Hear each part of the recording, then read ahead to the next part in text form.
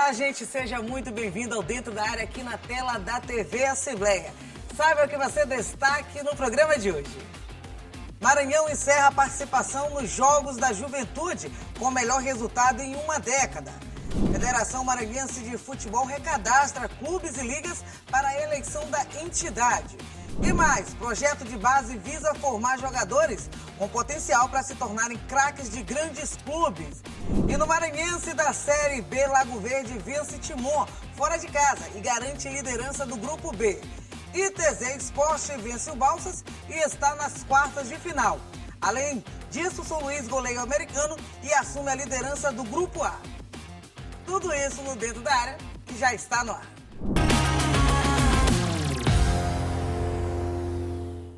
Muito bem, seja muito bem-vindo ao Dentro da Área aqui na tela da TV Assembleia, o programa de esporte que te leva o melhor das modalidades aqui no estado do Maranhão.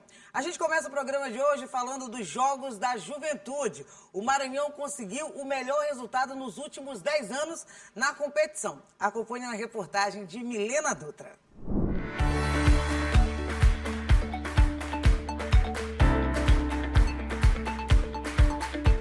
Eles foram destaques nos Jogos da Juventude e protagonizaram uma atuação histórica nas competições aquáticas deste ano.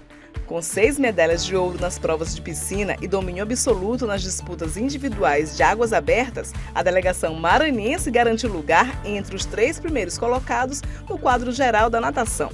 Na prova dos 5 quilômetros em águas abertas, os atletas maranhenses se superaram. Paulo Marcelo Costa foi campeão com um tempo de 1 hora e 48 segundos. O governo ajudou bastante em questão de hospedagem, transporte dos atletas e também o governo me ajudou desde o início da minha trajetória na natação.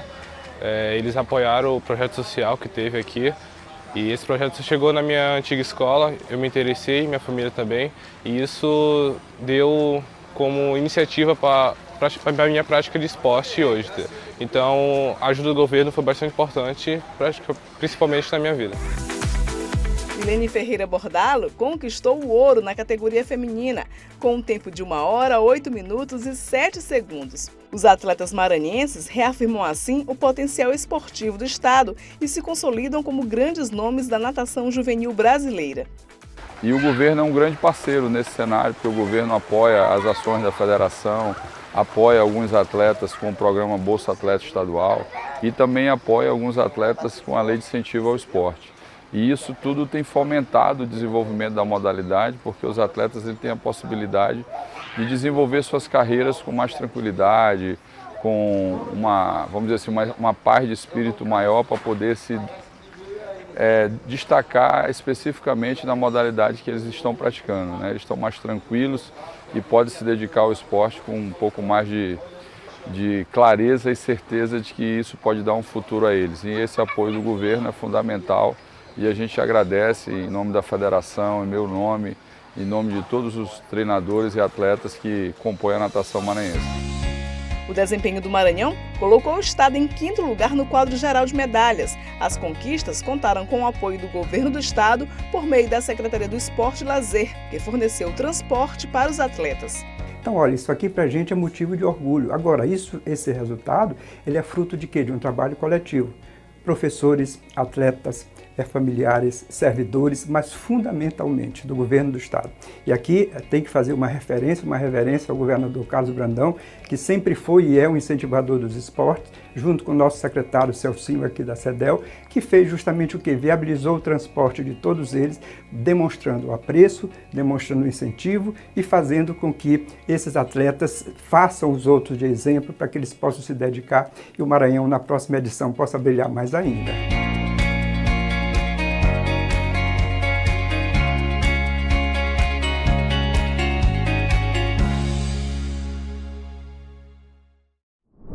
Muito bem, a reportagem de Milena Dutra aqui no Dentro da Área. Um ponto importante, né? Os Jogos da Juventude, onde o Maranhão se sagrou como um dos mais fortes na competição. Ficou em terceiro lugar no quadro geral de medalhas e na parte aquática, na parte dos esportes aquáticos, o Maranhão foi destaque. A gente trouxe aí na reportagem os atletas maranhenses ganhando prata, ouro na competição. É o esporte de base, tanto na natação como em outras modalidades, ganhando destaque nos Jogos da Juventude, onde a bandeira do Maranhão foi erguida entre os pontos mais altos da competição. E por falar em esporte de base, a gente vai falar de futebol de base, trazer a história do América Futebol Clube, que é um celeiro de craques entregues para o futebol, tanto sub-13, sub-15 e sub-17. Acompanhe na reportagem de João Carvalho. Miguel tem o sonho de ser jogador de futebol. É um sonho, agora eu estou procurando oportunidade e correr atrás, dar uma condição melhor para minha família, para minha mãe, para todos que eu amo, e não é só por mim esse sonho. Ele faz parte da escolinha do América Futebol Clube, que tem revelado atletas desde 1986. O clube esteve inativo por alguns anos. O retorno foi há menos de um ano e tem rendido bons frutos. O projeto começou realmente como um projeto social, mas hoje, devido ao ano passado, o sucesso que o time teve, né, a relevância que ele teve no cenário do nosso estado, outros clubes vieram aqui, o Santos pegou um jogador da gente, né, levou um jogador, teve um time do Paraná que levou, o Retrô também teve aqui, gostou no jogador e o jogador está lá, né, o Kaique. E aí nós começamos a ver esse lado, né, começar a trabalhar não só o projeto social, mas trabalhar os meninos para galgar em outros clubes, né, galgar em clubes do cenário nacional. Cada um destes meninos sonha em fazer o mesmo caminho de outros jovens que saíram do América para mostrar seu talento no futebol em outros gramados. Para nós é bem gratificante, né? O América está aí aproximadamente um ano que seu Adriano comprou o América, né? E a gente tem feito um excelente trabalho, né? Campeão sub-14 ano passado e vice-campeão sub-15, né? Fomos campeão invicto agora na Copa Interbairros, né? A Vitória é uma menina surpreendente, né? É uma menina que eu vi um potencial, né? Entre os meninos, e aqui a gente não vê essa exclusividade para A ou B. A gente vê uma atleta que tem um desenvolvimento melhor do que o outro. Isso são fatores que acontecem. Então a Vitória é uma menina que surpreendeu sendo capitã, né, no meu sub-13. E automaticamente, quando acabou a competição, eu chamei o senhor Adriano, bora ver o que a gente consegue para a Vitória, onde a gente conseguiu aí essa oportunidade para a Vitória no Grêmio, onde ela está até hoje, né? Onde o senhor Adriano tem dado esse suporte para ela, que é muito importante, que muitos atletas conseguem ir, mas não conseguem ter esse suporte. Existem milhares de clubes espalhados pelo Brasil que querem chegar a competições importantes no futebol estadual e até mesmo nacional. Mas o principal foco do trabalho destas instituições é a formação de jogadores. No passado, os clubes tradicionais contratavam jogadores já profissionais que se destacavam por outros times. Atualmente, os olhares têm se voltado muito mais para as bases, inclusive de times amadores, que é de onde têm surgido muitos craques que estão brilhando nos gramados do Maranhão, do Brasil e do mundo. O América tem suas parcerias fortes com times do Nordeste, Sudeste e Sul do país. Faz da realidade de hoje um projeto do futuro. A gente mantém uma parceria forte aí com o Fluminense, né? Temos com 2 atletas lá, um inclusive está em monitoramento, eles estão chegando hoje, mas passaram 2 semanas de treinamento lá no Fluminense. Uma parceria que começou forte ano passado e desse ano nós conseguimos que 2 atletas fossem para lá, né? Trabalhar na base do Fluminense. Uma parceria com o Ceará, parceria com o Bahia. E importante também destacar que a gente tem uma parceria muito importante, que é com uma empresa, né? Uma empresa dos Estados Unidos, que ela busca atletas, né, para colocar em escolas e universidades americanas, né, atletas que possuem destaque, né, no futebol, e para poder os atletas terem a bolsa, né, a bolsa de 100%, estudarem lá e jogarem pelas escolas e pelas universidades. Se tornar um jogador profissional de futebol é o que espera cada um destes jovens, que desejam dias melhores para eles e a família. Quem sabe de tudo, todos os caminhos, quem já guiou meu caminho é Deus, todos os dias eu peço para Ele. E é isso, o que Ele proporcionar para mim, eu vou em frente e vou atrás do meu sonho. Me tornar um jogador profissional, conseguir realizar meu sonho, ajudar várias pessoas e principalmente minha família.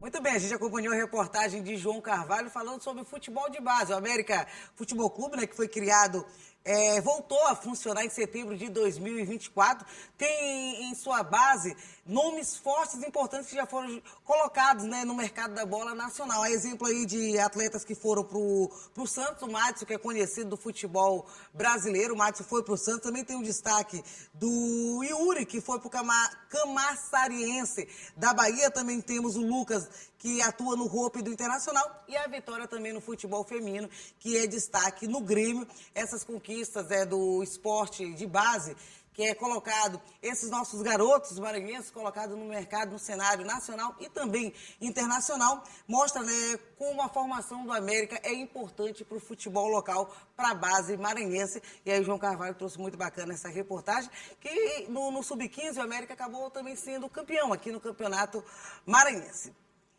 Agora a gente vai para o intervalo aqui no Dentro da Área, aqui na tela da TV Assembleia. Depois do intervalo a gente vai trazer a coletiva da interventora da Federação Maranhense de Futebol, que falou sobre as eleições da entidade, sobre recadastramento de clubes e ligas para a eleição que vai acontecer assim como que finalizar a intervenção. E daqui a pouco a gente também vai trazer sobre o Campeonato Maranhense da Série B. Segura aí que já eu volto.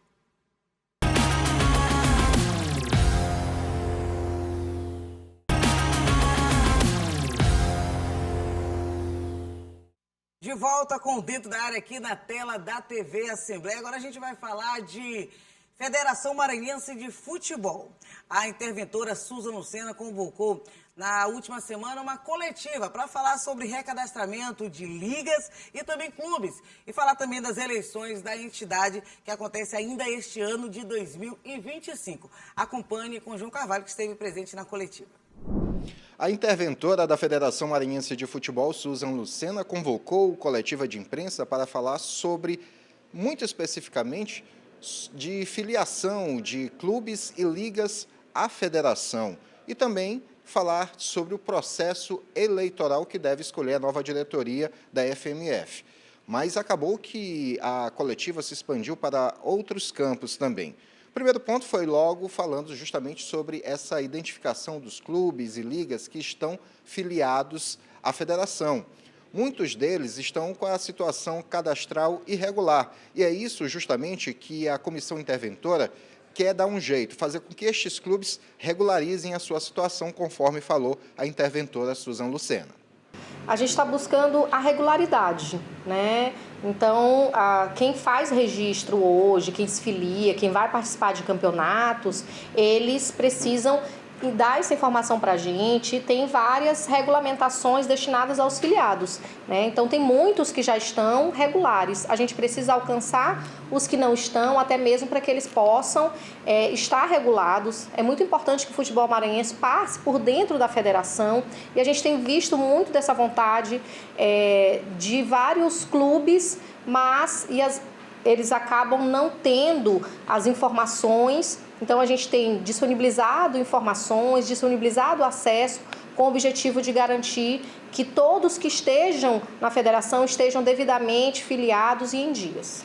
Diante desse levantamento é que a federação vai saber quantos clubes e ligas estão cadastrados junto à federação. E isso é muito importante para a construção de um calendário sólido, que é o que deve acontecer a partir do momento em que a nova diretoria assumir, pelo menos é o que se espera que aconteça quando a nova diretoria assumir. Sobre nova diretoria, o assunto eleição acabou sendo também um dos pontos dessa coletiva. A interventora falou que o processo eleitoral está em andamento, a previsão é que ele aconteça no final do mês de outubro, quando o período de intervenção acaba, e aí, por enquanto, no que diz respeito a esse quesito, há somente uma chapa sendo ventilada a participar desse processo eleitoral. Mas o principal, que é o encaminhamento para que a eleição aconteça, está sendo feito, conforme falou a interventora. Tem um prazo, inclusive tem um anexo no final do documento informando qual é esse prazo, que se iniciou ontem e dura 10 dias, finalizando no dia 3 de outubro, para que a gente possa fazer esse levantamento. Foi publicado em meio oficial no site da federação. também no Instagram da federação e estamos divulgando nas redes sociais, mas também na imprensa e enviando também nos contatos dos filiados que nós dispomos, né, os contatos que nós temos dos que participaram dos campeonatos, então a gente está disponibilizando lá também. Susan também foi questionada a respeito de possíveis mudanças no estatuto. Vamos ouvir o que ela falou. A gente tem uma preocupação, porque o estatuto da forma que está, ele só prevê um único candidato, né? Porque nos dados da eleição que deveria ter acontecido no início do ano, né, constavam como 12 ligas aptas à votação. E para alguém se candidatar, ela precisa de no mínimo 10 ligas declarando apoio a esta eleição, né?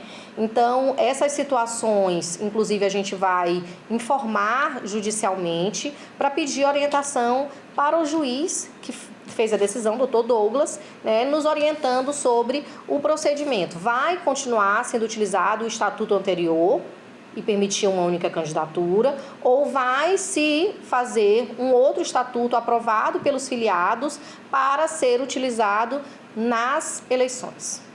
Também questionamos ela a respeito de algumas questões que são muito práticas, né? A própria legislação, o próprio regulamento, né?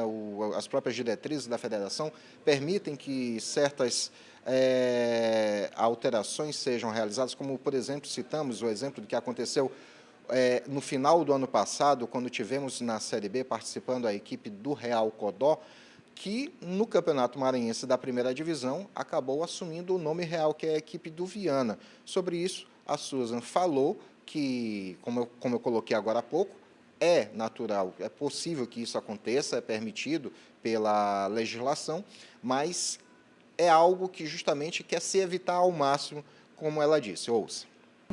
A gente tem tido muito essa preocupação, existe a possibilidade de mudança de nomenclatura, existe uma taxa que é paga para que isso aconteça, né? Então esse é o procedimento que precisa ser seguido.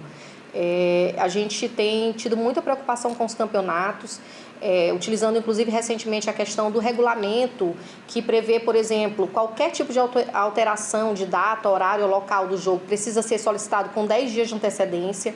O que a gente identificou é que existia uma prática antiga de solicitação com 48 horas. Então a gente tem tentado mudar a realidade das práticas que não eram previstas nos regulamentos para que eles sigam à risca os regulamentos.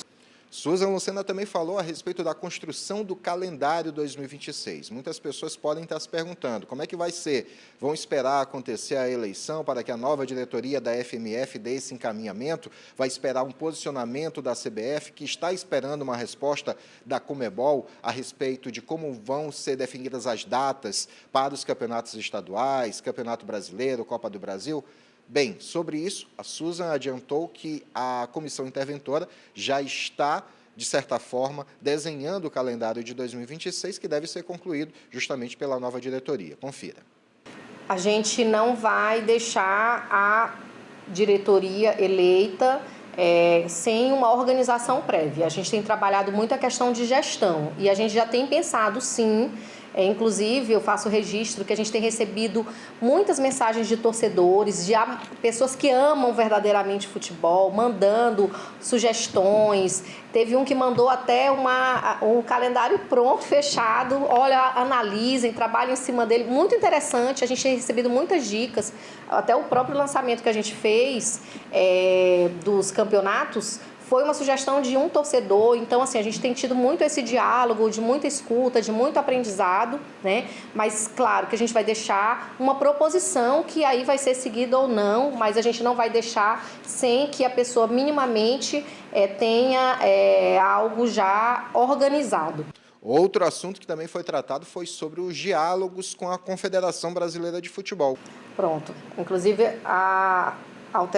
o IAP subiu, né, com a subida do MAC, e a gente vai iniciar esses diálogos ainda. A gente já teve um diálogo básico, mas não um diálogo para sentar, para organizar, para dialogar, e a gente vai ter esse momento ainda.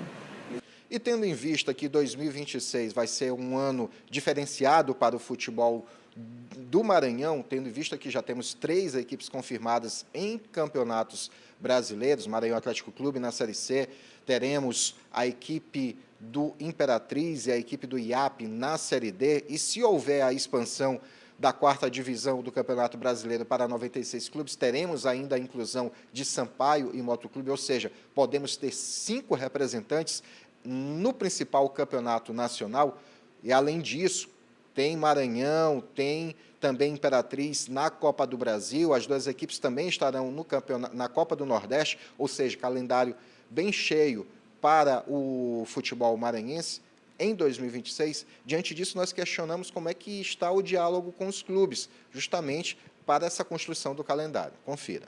As informações que a gente tem são as que vocês têm também, né, disponibilizadas pela grande imprensa, falando sobre esse diálogo, né, da possibilidade de expansão da Série D, que, pelo que a gente tem visto, né, deve acontecer.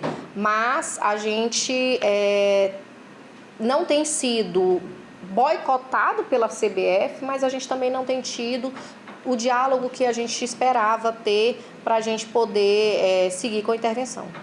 E diante de tudo que aconteceu nas últimas semanas, lógico, não poderia ficar de fora a polêmica que surgiu após a fala do presidente do Maranhão Atlético Clube, Carlos Eduardo Dias, quando ele participou de uma live e falou sobre listas que ficam nas entradas, nas portarias dos estádios, para que pessoas adentrem o estádio sem pagar o ingresso.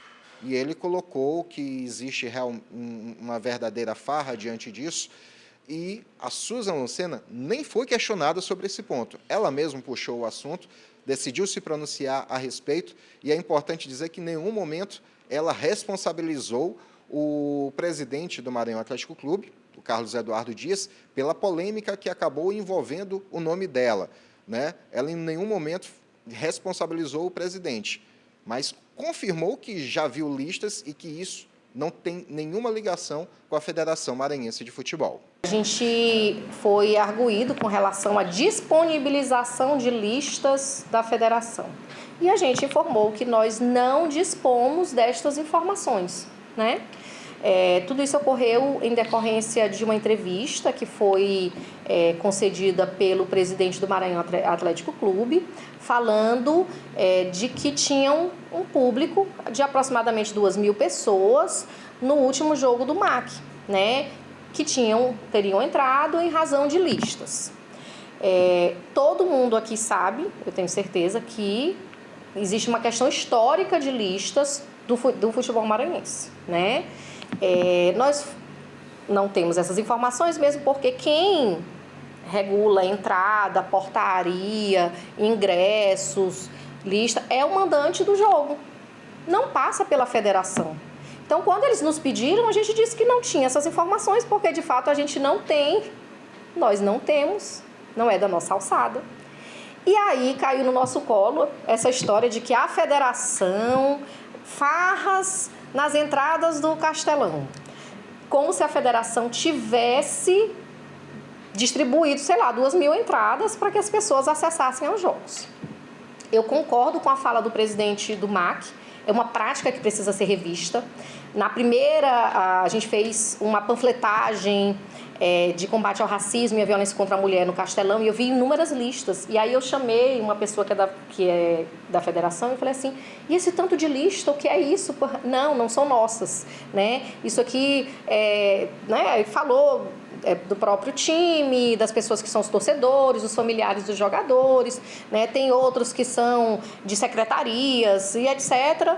E eu olhei aquilo ali, né, e fiquei... Aí eu disse, não é da nossa competência, mas quando eu olhei assim, de cara, eu pensei assim, vamos colocar câmeras para olhar, para identificar, colocar a câmera onde vende ingresso, colocar câmeras na entrada da Acklin, em todos os espaços, para garantir que quem tem acesso, porque tem pessoas que têm direito a ter acesso, a gente da federação tem direito a ter acesso, os repórteres têm direito a ter acesso através da Acklin, devidamente cadastrados. Então, que as pessoas que podem e devem ter acesso, como os clubes têm direito ao acesso, a família do jogador, claro, né? Então, que esses acessos sejam assim. Pois é. Coletiva era para tratar sobre um ponto muito simples, que é o cadastramento de clubes e ligas, mas acabou ganhando contornos que a gente não poderia deixar de explorar e até mesmo a interventora não poderia deixar de se pronunciar, como no caso da polêmica das listas, né, para que tudo ficasse bem esclarecido. Ao longo das próximas semanas, até a eleição, novos fatos devem acontecer, né, lógico, mas isso, muito disso vai ser de fato desenhado após as eleições acontecerem, provavelmente no final de outubro, que é quando deve terminar a intervenção na FMF. A partir do momento da posse da nova diretoria, se espera que, enfim, o calendário de 2026 seja fechado, o diálogo com os clubes, principalmente aqueles que participarão de competições nacionais, seja ampliado para que tudo seja encaixado da melhor forma possível para o benefício do futebol do Maranhão, o benefício da torcida maranhense, e assim vermos como que as coisas dentro do nosso estado vão progredir no que diz respeito ao futebol. João Carvalho para a TV Assembleia. Muito bem, João Carvalho trazendo o destaque da coletiva feita pela Susan Lucena, interventora da Federação Maranhense de Futebol. Na coletiva, a Susan destacou a questão do recadastramento de ligas e clubes para a eleição que vai acontecer este ano de 2025. O João Carvalho também trouxe os detalhes que após o recadastramento vai ser lançado o edital para que aconteça a eleição da FMF. Lembrando que a Susan Lucena destacou mais uma vez que ela não será candidata. Ela que assumiu desde o dia 4 de agosto a entidade, vem nessa intervenção, e aí foi a primeira coletiva destacada da interventora Susan Lucena, e João Carvalho trouxe todos os detalhes. Agora a gente vai falar de segundinha do Campeonato Maranhense. Tivemos no último fim de semana jogos aqui na Série B do Campeonato Maranhense. A gente começa falando do jogo da Série B, sobre o jogo que aconteceu entre Lago Verde e Timon. O duelo que foi pela penúltima rodada do Grupo B da Série B do Campeonato Maranhense, o Lago Verde que garantiu vitória sobre o Timon e tomou a liderança da chave. A partida que aconteceu lá no estádio Miguel Lima e na cidade de Timon, e o time visitante venceu por 2-1. Destaque, viu gente, que lá em Timon, a equipe do Timon foi um jogo que estava no horário de Palmeiras e Bahia, jogos pelo Campeonato Brasileiro da Série A. Tivemos o clássico lá do Rio de Janeiro entre Fluminense e Botafogo. E a equipe, aqui o jogo da segundinha no Campeonato Maranhense da Série B, deu gente, viu, lá na cidade de Timon, no estádio Miguel Lima, onde os visitantes acabaram vencendo a equipe de dentro de casa por 2-1. Lembrando que os gols foram de Nilson Maranhão aos 19 minutos, e o Yuri Mamute, aos 32 da segunda etapa, acabou também marcando no jogo entre Lago Verde e Timon. Tivemos também pela Campeonato Maranhense da Série B, mais um jogo importante entre ITZ e Balsas. Lembrando que o ITZ é um dos fortes candidatos para garantir o título, o acesso para a Série A 2026, né, da competição do Campeonato Estadual. E o ITZ venceu o Balsas, garantindo aí a vaga nas quartas de final da Série B do Maranhense. Gol do estreante, não apagadas luzes, 49 do segundo tempo.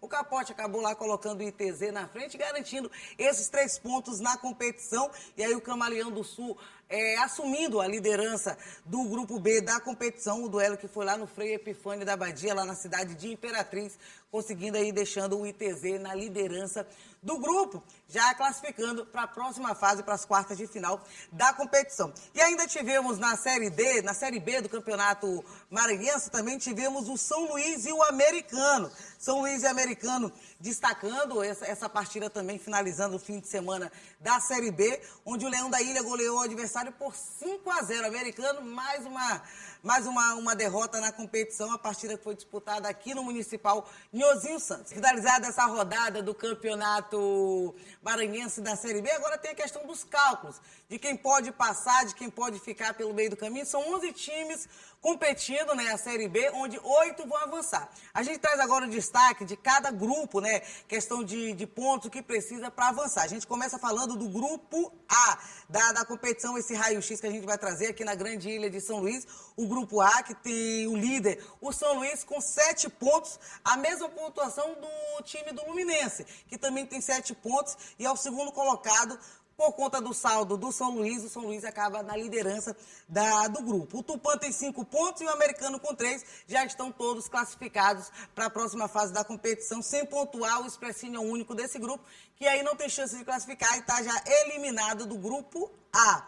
Agora, em relação a essa luta, a luta na rodada final dessa partida entre o Luminense e o São Luís. Para quem vai ser líder da competição, desse grupo, para passar para a próxima fase, vão se enfrentar nesta quarta-feira, às 3h30, no estádio Nhozinho Santos, aqui na capital maranhense.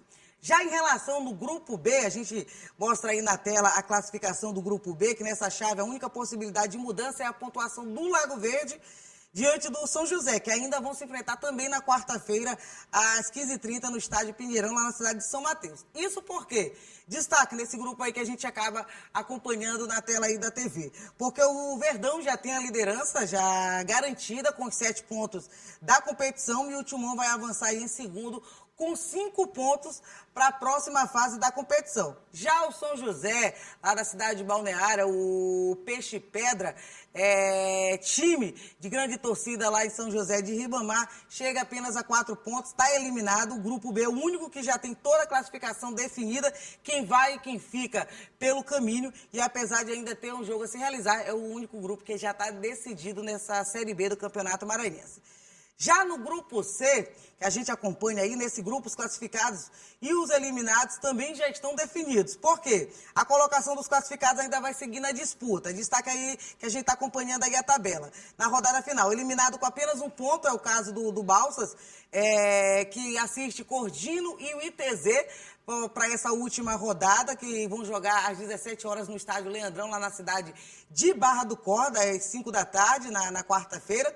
E o time de Imperatriz, que é o ITZ, lembrando que é treinado pelo Jaime, ex-jogador do Motoclube de São Luís, ex-jogador do Sampaio Correia. O Jaime, que é o técnico do ITZ, é vice-campeão maranhense, o Imperatriz, que foi vice-campeão diante do Maranhão Atlético Clube nesse ano pela Série A do Campeonato Maranhense. O Jaime agora é o técnico do ITZ lá de Imperatriz, fazendo uma boa campanha e é um dos postulantes a subir para a Série A de 2026 do Campeonato Maranhense. Então, a Onça vai ter que vencer em casa para terminar a fase com o líder da sua chave, já que tem apenas 6 pontos na competição. Então, esse é o cenário, né, o raio-x dos times maranhenses para esta fase da competição. 11 times disputam a Série B do Campeonato Maranhense, apenas 8 vão passar, e aí 2 não vão passar, que são os últimos colocados de cada grupo e não passam para a próxima fase. Aí no próximo programa a gente traz os detalhes das quartas de finais aqui da Série B do Campeonato Maranhense. E assim, falando de Série B, a gente vai encerrando o Dentro da Área desta semana. Se você quiser assistir novamente o programa, ele vai inédito às 8 horas da noite, toda segunda-feira, aqui na tela da TV Assembleia. Às 7h30 da manhã, na terça-feira, tem reprise. E também às 2 da tarde tem aqui reprise na tela da TV Assembleia. Você pode acompanhar o programa, além da tela da TV Assembleia, você acompanha pela internet, pelo YouTube da TV Assembleia. E a gente se encontra na próxima oportunidade. Até lá, gente!